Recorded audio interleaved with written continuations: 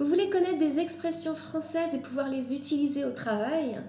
Vous voulez parler de manière plus naturelle? Vous êtes au bon endroit. Bienvenue, je m'appelle Nathalie Porte et je suis là pour vous aider à parler le français comme on le parle vraiment aujourd'hui, le français authentique. Donc aujourd'hui, je vais vous proposer 12 nouvelles expressions avec 12 visuels que j'ai déjà proposés sur ma page Facebook Nathalie Fleu. Donc si vous suivez déjà ma page Facebook, c'est parfait, ça sera des explications supplémentaires ou un rappel. Et si vous ne suivez pas la page Facebook, je vous conseille vraiment de la suivre car chaque semaine, tous les jours de la semaine, je vous propose de nouveaux contenus en français, des expressions et des mots importants à connaître. Donc abonnez-vous à la page et cliquez aussi sur « Voir en premier ». Ça vous permettra de ne pas rater les publications. Voilà, faites-le tout de suite. Donc aujourd'hui, nous allons voir 12 nouvelles expressions. Vous pouvez les utiliser donc avec vos collègues francophones. Certaines sont à utiliser plutôt dans un contexte formel, des réunions par exemple, et d'autres peuvent être utilisées dans un contexte informel, des pauses, la pause déjeuner, à la machine à café par exemple. Si ce n'est pas très clair pour vous la différence entre formel et informel, comment utiliser chacune des expressions selon le contexte, je vous invite à télécharger mon guide gratuit qui s'appelle « Voyage dans les 3 niveaux de langue » et vous aurez l'essentiel pour comprendre la différence entre formel et informel et dans quel contexte utiliser le vocabulaire que vous apprenez. C'est très important en français. Si vous n'avez pas encore le guide gratuit, vraiment, vous devez absolument le lire. Voilà, c'est bon? Alors, maintenant, on commence avec la première expression, arrondir les angles. Donc, c'est une expression figurée. Vous voyez en fait ce qu'il y a autour de l'expression. Vous voyez qu'il y a un cadre avec les coins arrondis. D'accord? Il n'y a pas d'angle dur. Et donc, en fait, arrondir les angles, ça veut dire rendre plus rond les angles qui normalement sont pointus. D'accord? Donc ça, c'est le sens premier de arrondir les angles. Au sens figuré, ça veut dire essayer de calmer une opposition forte entre deux personnes. Deux personnes sont dans un conflit, une opposition, et vous allez essayer d'améliorer les choses, de calmer la situation. C'est aussi s'adapter à un contexte pour ne pas choquer. Des choses qu'on ne peut pas dire vraiment directement, on va essayer de le dire de manière, on va dire, diplomatique. C'est aussi arrondir les angles. Exemple, Pierre a beaucoup de tact. Il arrondit toujours les angles pour éviter les blocages. Donc faire preuve de tact, de diplomatie, c'est une façon d'arrondir les angles quand il y a une situation conflictuelle. Voilà la première expression, arrondir les angles. Deuxième expression, c'est dans mes cordes. Quand vous dites c'est dans mes cordes, c'est comme si vous disiez je peux le faire, j'en suis capable. Donc là, j'ai donné un exemple du contexte des examens. Tu penses réussir cet examen? Oui, c'est dans mes cordes. J'ai bien travaillé toute l'année et mes notes sont bonnes. Dans un contexte plus professionnel, on peut imaginer la situation suivante. Vous pensez pouvoir régler la situation avec ce client? Oui, sans aucun doute, c'est dans mes cordes. Autre exemple, j'ai besoin de votre aide pour ce dossier. Vous pensez que c'est dans vos cordes? Vous voyez que cette expression, vous pouvez l'utiliser tout à fait dans un contexte formel, avec votre chef, avec un client, dans une réunion. Pas de problème. C'est la même chose pour l'expression précédente, arrondir les angles. Donc ce ne sont pas les expressions familières. Voyons la situation suivante maintenant. C'est une expression idiomatique, mettre les bouchées doubles. Mettre les bouchées doubles, ça veut dire accélérer une action pour terminer plus rapidement. Je dois rendre ce rapport ce soir, mais j'ai à peine commencé à rédiger. Je dois mettre les bouchées doubles aujourd'hui pour le terminer. Mettre les bouchées doubles, c'est vraiment aller vite, aller plus vite pour pouvoir terminer en fait. Accélérer. Voyons maintenant une autre expression, porter ses fruits. Porter ses fruits, c'est donner des résultats, être efficace. J'ai beaucoup révisé et mon travail a porté ses fruits. J'ai réussi mes examens. Dans le contexte professionnel, voici d'autres exemples. J'ai travaillé dur toute l'année et ça a porté ses fruits. Mon chef m'a proposé de m'augmenter. Autre exemple, j'ai fait de mon mieux, mais mes efforts n'ont pas porté leurs fruits. Le client n'est pas satisfait. Vous voyez dans le deuxième exemple que l'on peut l'utiliser à la forme négative et aussi que selon de quoi vous parlez, vous devez modifier ces fruits en leurs fruits. Si vous parlez de quelque chose au pluriel, mes efforts n'ont pas porté leurs fruits, mais mon travail a porté ses fruits. Attention à l'adjectif possessif. Expression suivante, renvoyer l'ascenseur. C'est rendre un service à quelqu'un en réponse à un service qu'il vous a rendu avant. D'accord ? Quelqu'un vous a aidé et vous voulez vous aussi, à votre tour, l'aider. Lui rendre un service, l'aider. Par exemple, merci pour ton aide, compte sur moi pour te renvoyer l'ascenseur. Donc c'est une forme de remerciement, de marque de gratitude, de renvoyer l'ascenseur à quelqu'un. Autre expression, répondre du tac au tac. Tac au tac. C'est répondre immédiatement et de manière vive à une attaque, avoir de la répartie. Le journaliste lui a posé une question délicate, mais il a su répondre du tac au tac sans paraître perturbé. C'est la capacité vraiment de répondre très vite, sans être mal à l'aise, savoir trouver ses mots très rapidement pour répondre à quelque chose de difficile. Par exemple, en réunion, elle répond toujours du tac au tac. Ça m'impressionne. Je ne sais pas comment elle fait. Il y a des personnes qui sont beaucoup plus à l'aise pour répondre du tac au tac. Voyons l'expression suivante, retourner sa veste. C'est changer d'opinion par intérêt, en fonction des opportunités. C'est aussi trahir son camp, parfois. Donc, dans le domaine politique, malheureusement, on a des exemples. Juste avant les élections, il a retourné sa veste pour faire une alliance avec le favori. Donc, par intérêt, parce que c'était plus intéressant pour lui, cet homme politique a retourné sa veste. On peut dire dans ce cas-là, il a trahi son camp, il a trahi son parti politique, il a changé au dernier moment, ou alors il a changé de conviction. Dans le milieu professionnel, malheureusement, ça peut arriver aussi. Par exemple, je ne lui fais pas confiance. Je suis sûre qu'il est capable de retourner sa veste et de nous lâcher. Retourner sa veste et nous lâcher. Donc là, nous lâcher, ça voudrait dire nous abandonner ou ne plus être de notre côté ou alors ne plus nous soutenir. D'accord ? Donc retourner sa veste, c'est par exemple dire qu'on n'est plus d'accord avec ce projet finalement, on a changé d'avis, alors qu'avant, on soutenait le projet. D'accord ? J'espère que ça ne vous arrivera pas d'être avec des collègues qui retournent leur veste. Là encore, retourner sa veste peut s'accorder. Des collègues retournent leur veste, s'ils sont plusieurs. D'accord ? On continue. Prendre quelqu'un au mot. Prendre au mot, ça veut dire accepter une proposition faite par quelqu'un qui n'était pas vraiment sérieux. Donc c'est une personne qui a dit quelque chose sans y penser vraiment, sans être sérieuse et qui, en face, a une personne qui a vraiment cru que c'était sérieux, en tout cas qui a accepté la proposition.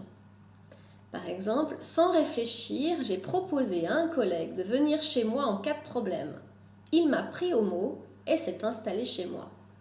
Donc là, c'est un collègue qui l'a dit peut-être par politesse. Si tu as un problème, appelle-moi, ou si tu as un problème, viens chez moi.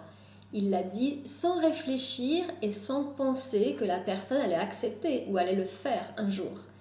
La personne l'a pris au mot, c'est-à-dire a vraiment écouté et a accepté cette proposition comme si elle était sérieuse. D'accord ? Prendre au mot. Hein. Parfois aussi, on l'utilise dans le cadre d'une provocation. Hein. Quelqu'un vous dit et si tu faisais ça, comme une suggestion un peu pas vraiment sérieuse, et vous allez dire ben, je te prends au mot, je vais le faire. Je te prends au mot. Ça veut dire oui, oui, d'accord, tu me dis ça, tu me provoques, tu me proposes ça, je vais le faire. Prendre au mot.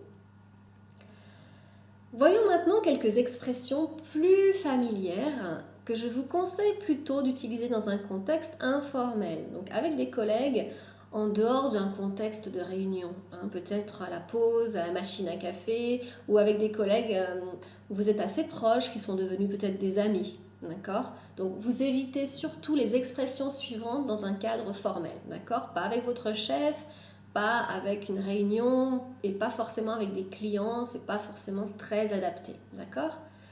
Donc je commence avec en faire des tonnes. En faire des tonnes, c'est beaucoup exagérer et parfois jouer la comédie. Donc jouer la comédie, ça veut dire en fait que vous simulez quelque chose, vous faites semblant, ce n'est pas vraiment vrai, d'accord?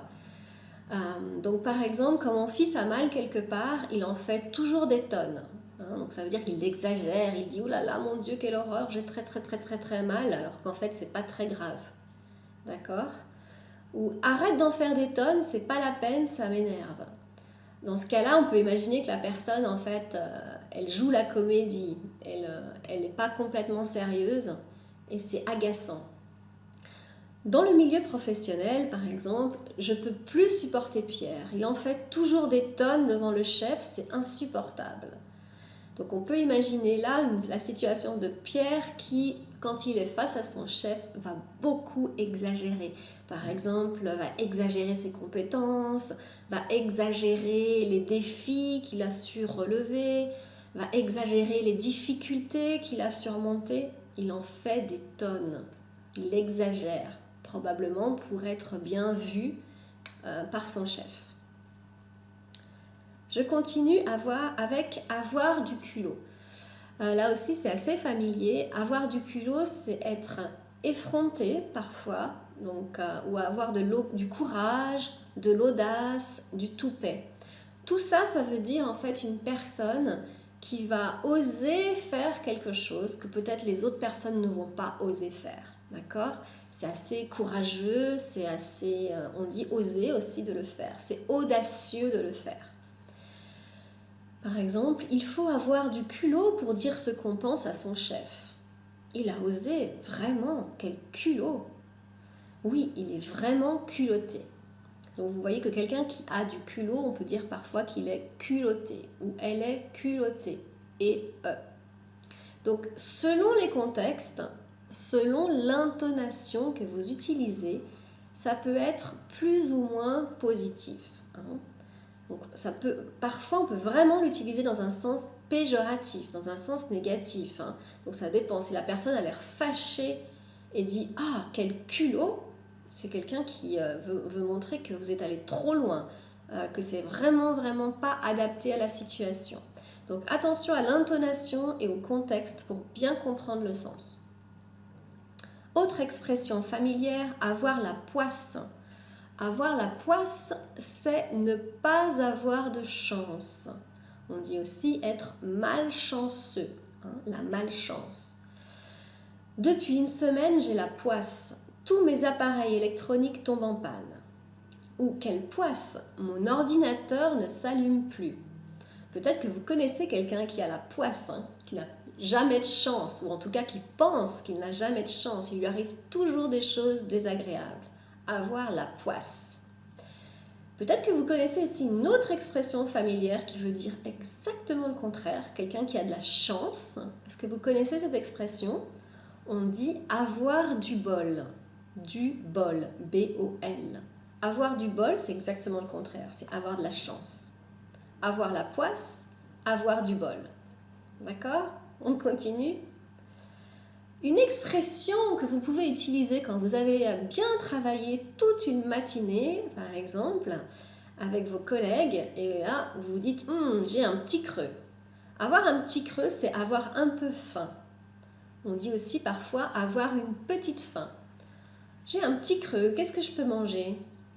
Donc là, l'heure de la pause arrive pour vous au bureau. Vous pouvez dire ça. Oh, j'ai un petit creux, je vais aller au distributeur. Ou ah, j'ai un petit creux, je vais aller à la cafétéria. D'accord? Si vous avez très faim, vous allez dire j'ai faim, j'ai très faim. Ou j'ai une faim de loup, L-O-U-P. Mais vous n'allez pas dire avoir un petit creux. Un petit creux, c'est vraiment une petite faim. Voilà. Vous pensez que vous allez mémoriser toutes ces expressions? Allez, j'essaye de vous faire un petit récapitulatif. Allons-y. Alors, quelle est l'expression qui signifie essayer de calmer une situation tendue entre deux personnes, essayer d'améliorer les choses? Quelle est cette expression avec le mot angle? Vous vous rappelez? Arrondir les angles. Arrondir les angles. Quelle est l'expression pour dire oui, oui, je peux le faire, j'en ai les compétences, je sais faire ça, il n'y a pas de problème. C'est dans mes cordes. C'est dans mes cordes. Maintenant, quelle est l'expression pour dire que vous devez accélérer ce que vous êtes en train de faire parce que peut-être vous êtes en retard, vous voulez accélérer l'action pour terminer plus vite? On dit mettre les bouchées doubles. Mettre les bouchées doubles. Quelle est l'expression maintenant pour dire que quelque chose a été efficace, a donné de bons résultats? On dit que ça a porté ses fruits. Oui, porter ses fruits. Quelle est l'expression maintenant pour dire que vous allez rendre un service à quelqu'un qui vous l'a déjà rendu avant? Quelqu'un qui vous a aidé et à votre tour vous voulez l'aider? On dit que c'est l'expression renvoyer l'ascenseur. On renvoie l'ascenseur. Voyons une sixième expression. Comment on dit quand on est capable de répondre à une attaque de manière très très rapide, sans réfléchir? On dit que c'est répondre du tac au tac. Voilà pour les 6 premières expressions. On continue avec les 6 prochaines. Allons-y. Quelle est l'expression pour dire qu'on trahit son camp? On change complètement d'opinion, de conviction par intérêt. On retourne sa veste. Retourner sa veste. Comment on dit maintenant quelqu'un qui va accepter une proposition qui n'a pas vraiment été faite sérieusement, qui va accepter alors que ce n'était pas une vraie proposition? C'est prendre au mot. Prendre quelqu'un au mot. Prendre au mot. Comment on dit quelqu'un qui exagère beaucoup, qui joue la comédie? On dit que c'est en faire des tonnes. Il en fait des tonnes. D'autres expressions familières. Comment on dit quelqu'un qui ose faire des choses, qui est audacieux? On dit que c'est avoir du culot. Avoir du culot. Maintenant, comme on dit quelqu'un qui n'a pas de chance, qui est malchanceux, on dit avoir la poisse. Et vous vous rappelez le contraire? Ce que je vous ai dit, le contraire pour avoir de la chance en langage familier? Avoir du bol. Avoir du bol. Allez, dernière expression. Quand vous avez une petite faim, vous avez un peu faim, on dit avoir un petit creux. Voilà, on a passé en revue ces 12 expressions. J'espère que c'est des expressions que vous allez pouvoir utiliser. Je vous conseille vivement de les utiliser rapidement, en fait. Dans la semaine, là, essayez de prendre 2 ou 3 expressions et de voir comment vous allez les utiliser, dans quel contexte, avec qui. Essayez d'imaginer dans votre tête comment vous allez les utiliser.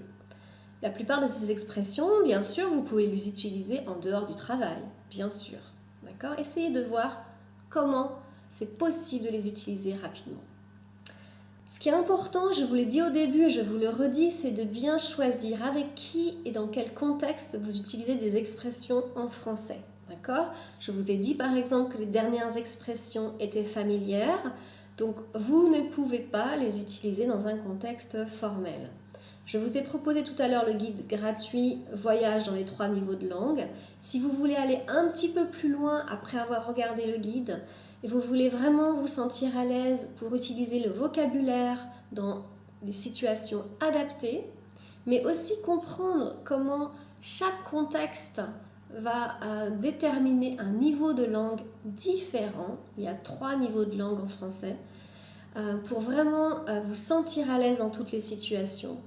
J'ai écrit un guide pratique qui est destiné aux personnes qui ont un niveau intermédiaire ou avancé en français et je vous donne énormément d'exemples de situations où vous devez utiliser un langage soutenu, un langage familier.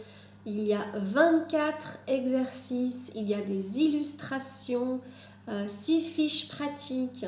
C'est vraiment un guide que je veux très pratique, pas de blabla. Il est là pour en fait vous aider à vous sentir à l'aise dans toutes les situations du français, avec des collègues, dans la rue avec des inconnus ou avec des amis. D'accord? Donc cliquez ici pour avoir plus d'informations sur ce guide. Une dernière chose avant de vous quitter, si cette vidéo vous a plu, n'hésitez pas à vous abonner à la chaîne YouTube, cliquez sur j'aime si elle vous a plu, partagez-la et je vous dis à très bientôt sur Nathalie Fleu. Portez-vous bien.